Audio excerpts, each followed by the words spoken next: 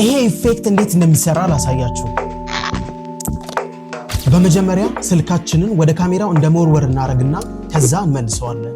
ቀጥሎ ወደ ካሜራው እንቀርብና ስልካችንን እንደዚህ እንቀርጸዋለን። በመጀመሪያ ካፕከት ውስጥ እኚህን ሁለት ቪዲዮዎች እናስገባለን። ከዛም ሁለተኛውን ቪዲዮ ሰሌክት አድርገን ኦቨርሌይ እናደርገዋለን። ቀጥሎም ወደፊት እንስበውና ስልኩን ለወረውረው ስለ ያልኩበት ቦታ ላይ እናደርገዋለን።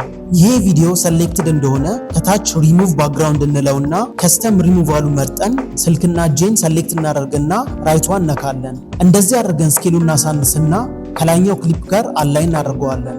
እችን በተን በመንካት ኪፍሬም እናደርግና ትንሽ ጠጋ አድርገን ቪዲዮን ስኬል እናደርጋለን። ከዛም ወደ መጨረሻው አካባቢ እናስጠጋና ሌላ ኪፍሬም አድርገን አሁንም ትንሽ ጠጋ አድርገን የቪዲዮን ስኬል እንዲህ እናሳንሳለን። ከታች ኢፌክት የሚለው ውስጥ እንገባና ጎሻን ብለን ጽፈን ከዛ ከታች ብለር የሚለውን እንመርጣለን። የብለሩ ኢፌክት ስልኩ ሲመጣና ሲወጣ ባለው መካከል እናደርገዋለን። በመጨረሻም ኤክስፖርት እናደርገውና ይህን ኢፌክት እናገኛለን።